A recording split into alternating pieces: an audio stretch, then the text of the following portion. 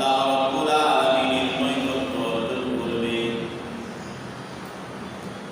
গৃহপালিত পশু জবাই করার মাধ্যমে।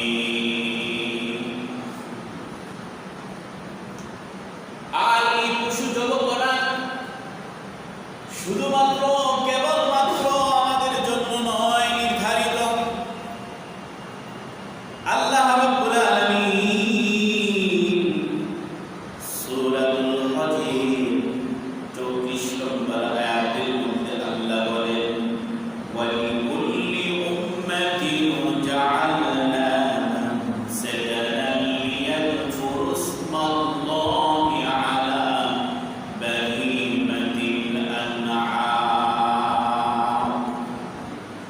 আল্লাহ রাব্বুল আলামিন সূরাতুল হজের 34 নম্বর আয়াতের মধ্যে আল্লাহ বলেন, আমি প্রত্যেক নবীর উম্মতকে প্রত্যেক উম্মতের জন্য আমি কুরবানির বিধান দিয়ে দিয়েছি। প্রত্যেক উম্মতের জন্য আমি আল্লাহ রাব্বুল আলামিন কুরবানির বিধান দিয়েছি,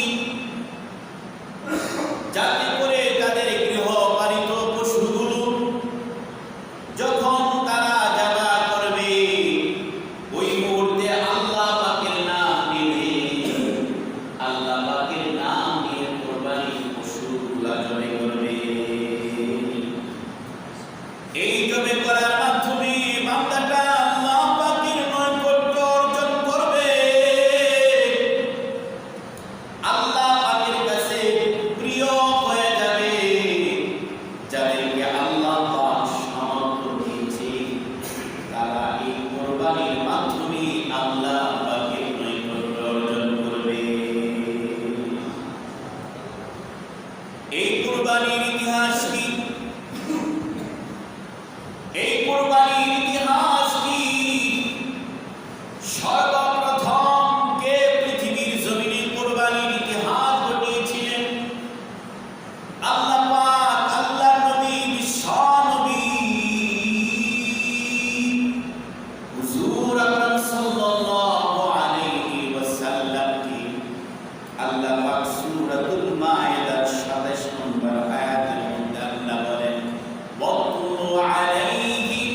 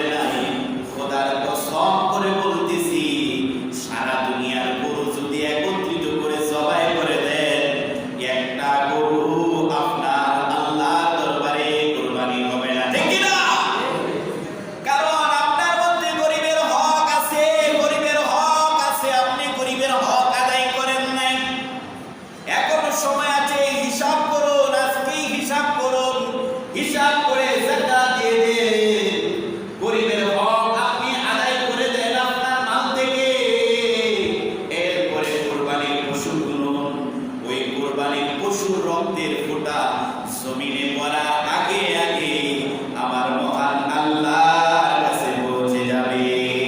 ঠিক না? এই কুরবানি, যে কুরবানি আমরা করতেছি, এই কুরবানির সূচনা হয় কোথা থেকে? পয়গম্বর ইব্রাহিম আলাইহিস সালাতু ওয়াস সালাম থেকে সূচনা হয়। আল্লাহর নবী, বিশ্ব নবী হুজুর আকরাম সাল্লাল্লাহু আলাইহি ওয়াসাল্লাম কে সাহাবী প্রশ্ন করলো, মা হাদিহিল আবাইল? ক্বালা সুন্নাত আবিকুম ইব্রাহিম। এটা তোমাদের জাতির পিতা ইব্রাহিমের সুন্নাত, ইব্রাহিমের আদর্শ।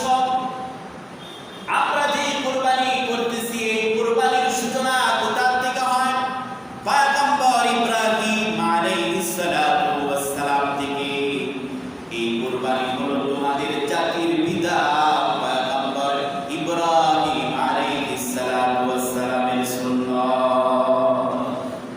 পৃথিবীর জমিনে আল্লাহ পাক যত নবী রাসূল পাঠিয়েছেন, প্রত্যেক নবী রাসূলকে আল্লাহ পরীক্ষা করেছেন না করেন নাই? কথা বলুন না কেন?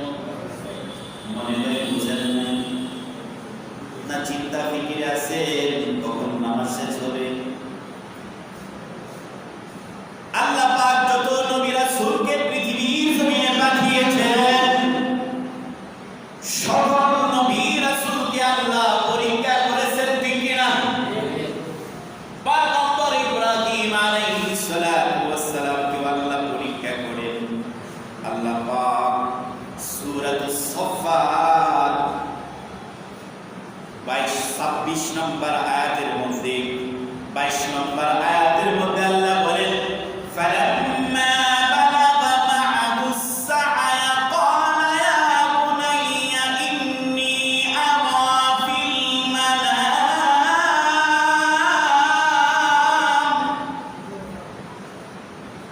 ইন্নী আরা ফিল মানামি আন আযবাহুকা ফানজুর মাযা তারা।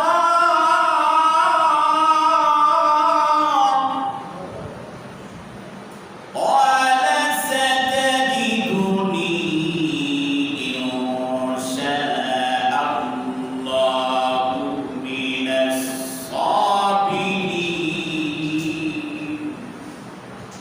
পয়গম্বর ইব্রাহিমকে আল্লাহ পরীক্ষা করলেন, স্বপ্নে দেখাইলেন, পয়গম্বর ইব্রাহিম তুমি আমার জন্য কুরবানি করো। তোমার সবচেয়ে পছন্দের, সবচেয়ে প্রিয় জিনিসটা কি? পয়গম্বর সকালবেলা 100 উট কুরবানি করে দিলেন। দ্বিতীয় দিন আবার দেখলেন পয়গম্বর ইব্রাহিম তুমি আমার জন্য কুরবানি করো, 200 উট কুরবানি করে দিলেন। তৃতীয় দিন স্বপ্নে দেখলেন পয়গম্বর ইব্রাহিম তুমি আমার জন্য কুরবানি করো, 500 উট কুরবানি করে দিলেন। এরপরেও স্বপ্নে দেখেন তিনি এবার বুঝতে আর বাকি নাই, এই বয়সে তার কাছে, তিনার কাছে সবচেয়ে পছন্দ, সবচেয়ে প্রিয় হলো তার সন্তান। ঠিক না? যখন সেই সন্তান তার সাথে চলতে ফিরতে পারে, ফালাম্মা বালাগা মা'হুস সা'য়, যখন তার সাথে চলার উপকরণ হইলেন, চলার মতো যোগ্যতা হইল, যখন পয়গম্বর ইব্রাহিমের সন্তান ইসমাঈল, তখন আল্লাহ পাক বললেন, ফালাম্মা বালাগা মা'হুস সা'য় ক্বালা ইয়া বুনাইয়া ইন্নী। তিনার সন্তানকে সামনে নিয়ে বলতেছেন, ও আমার আদরের সন্তান, ইন্নী আরা ফিল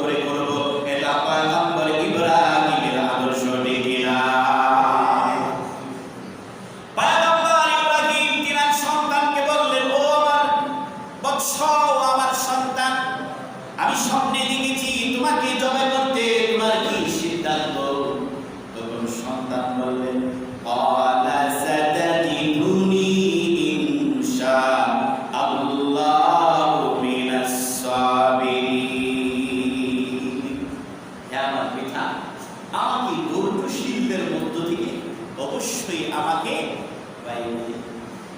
পয়গম্বর ইব্রাহিমকে আল্লাহ পরীক্ষা করল।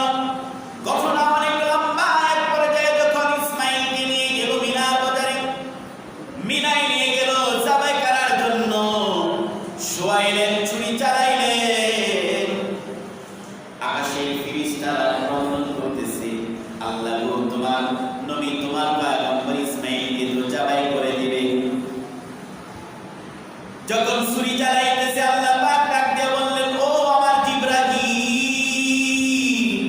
জান্নাত থেকে একটা দুম্বা আমার ইসমাইলের ছুরির, আমার ইব্রাহিমের ছুরির নিচে ধরে দাও। যখন ছুরির নিচে ধরে দিল, জান্নাত থেকে একটা দুম্বা এনে জবাই হয়ে গেল। রক্ত যখন শরীরে, গরম রক্ত হাতের মধ্যে লাগলো, আলহামদুলিল্লাহ আলহামদুলিল্লাহ বলে শুকরিয়া আদায় করতেছে। চোখের ভান খুলে দেখে সন্তান ওই জায়গায় পড়ে রয়েছে, দুম্বা জবাই হয়ে গেছে। পয়গম্বর ইব্রাহিম সন্তানকে ডাকতেছে, বাবা আসো আসো, তোমাকে তো আমি আল্লাহর জন্য কুরবানি করতে চেয়েছি, এখানে দুম্বা জবাই হয়ে গেছে। পয়গম্বর ইসমাইল হামাগুড়ি দিয়ে আসতেছে, ইব্রাহিম দৌড়িয়া দৌড়িয়া যাইতেছে। আমার আল্লাহ বলতেছেন, ও পয়গম্বর ইব্রাহিম, আমি তোমার কুরবানি চাই নাই, তোমার সন্তানের যাবা চাই নাই, আমি চেয়েছি তোমার অন্তরের তাকওয়া। তুমি আমি আল্লাহর জন্য কতটুকু তুমি পাগল পারা। ওয়াফাদাইনাহু বিযিবহিন আযীম,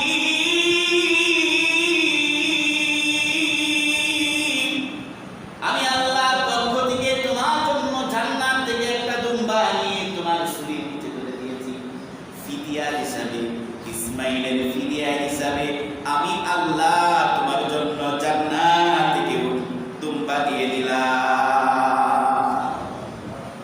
সেজন্য আল্লাহ তাআলা অন্তরের তাকওয়া চায়। কুরবানির মাধ্যমে তাকওয়া অর্জন করতে হবে।